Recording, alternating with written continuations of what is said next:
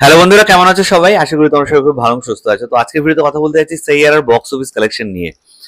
21 এর ওপেনিং দিয়েছিল, মানে যে কোনো ডেবিউটেন্ট লিড প্লেয়ারের ক্ষেত্রে এটাই হাইয়েস্ট।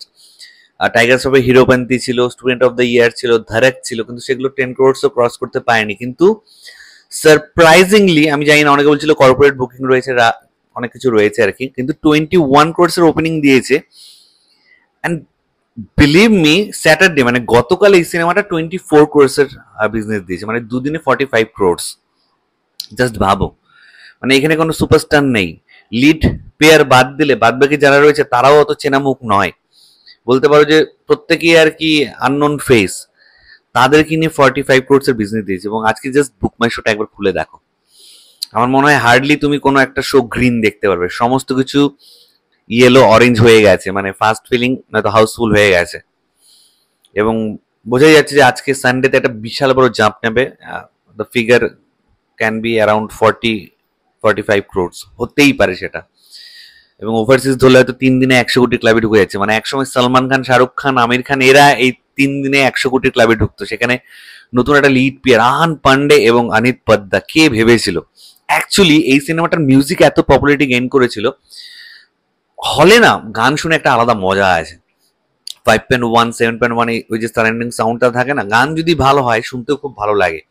তো এই ক্ষেত্রে সেইয়ারের প্রত্যেকটা গান খুব অ্যাপ্রিসিয়েশন পেয়েছে। এবং সেইয়ারের যে টাইটেল ট্র্যাকটা, আমি নিজেই হয়তো 100 বারের ওপর শুনেছি রিলিজ হওয়ার পর থেকে। এবং আমার চেনা জানা যতজনকে আমি শুনিয়েছি, বা তারাও মাঝে মাঝে বলেছে সেইয়ারের টাইটেলটা কত ভালো হয়েছে। আমার মনে হয় সিনেমা চলাকালীন গল্প তত আহামরি কিছু নেই, কিন্তু লিড স্টার কাস্টের পারফরমেন্স, আহান পান্ডের যে বডি ল্যাঙ্গুয়েজ, অ্যাটিটিউড, এবং অনিল পাজা ততটাই সফিস্টিকেটেড, একটা সুইট, লাকি, কি বলবো, একটা মিষ্টি মেয়ের চরিত্রে দুজনকে এত ভালো মানিয়েছে। এবং তাদের কেমিস্ট্রিটা খুব ওয়ার্ক করেছে এবং অডিয়েন্স খুব ভালো রিলেট করতে পারছে। বলিউডের এই দিক দিয়ে কপাল সত্যিই ভালো যে তারা একটা সার্টেন বছরের গ্যাপে গ্যাপে নতুন ফেস পেয়ে যায় এবং তাদেরকে দিয়ে অনেক সিনেমা করতে পারে। আমাদের বাংলাতে সেটা নেই, বাংলাতে নতুন হিরো নেই, আর আসবেও না।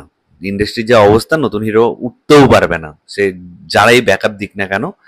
কেউ দেখেই না, নতুনদের সিনেমা দেখেই না। আর 4-5 জনকে বেছে নিয়েছে, তাদের বাদ দিয়ে কারো সিনেমা চলেই না। দেখায় বাদ বাকি হাউসগুলো দেখায় যে আমরা এত কালেকশন করছি, এই কালেকশন করছি, কিন্তু বিলিভ মি, কয়েকজনের নাম, তারাই বক্স অফিসে একটা বেসিক কালেকশন দিতে পারে, রিটার্ন দিতে পারে। এই কারণে বাকিদেরকে নেয়ই না। নতুনদের তো বাদ দাও, তারা বাদের খাতায় চলে গেছে। তো খুবই ভালো খবর বলিউডের জন্য যে বলিউড একটা নতুন হিরো পেয়েছে, নতুন হিরোইন পেয়েছে। এবং তাদেরকে যদি এবার ভালো ভালো সিনেমা অ্যাপ্রোচ করা হয়, অনেক সময় হয় যে ফার্স্ট সিনেমা খুব ভালো হয়, পরে গ্রাফটা নিচের দিকে নেমে যায়। আহান পান্ডেকে প্রচন্ড কেয়ারফুল হতে হবে, তার মধ্যে পোটেনশিয়াল রয়েছে। অনিল পদ্দাকেও, তার যেহেতু হিরোইন হিসেবে স্প্যানটা খুব কম থাকবে, তাকেও সেভাবেই বুদ্ধি করে করে স্ক্রিপ্টটা চুজ করতে হবে। মানে যা পাচ্ছি তাই করে নেবো, এখন প্রচুর অফার আসবে তাদের কাছে, এটা করা একদমই উচিত না।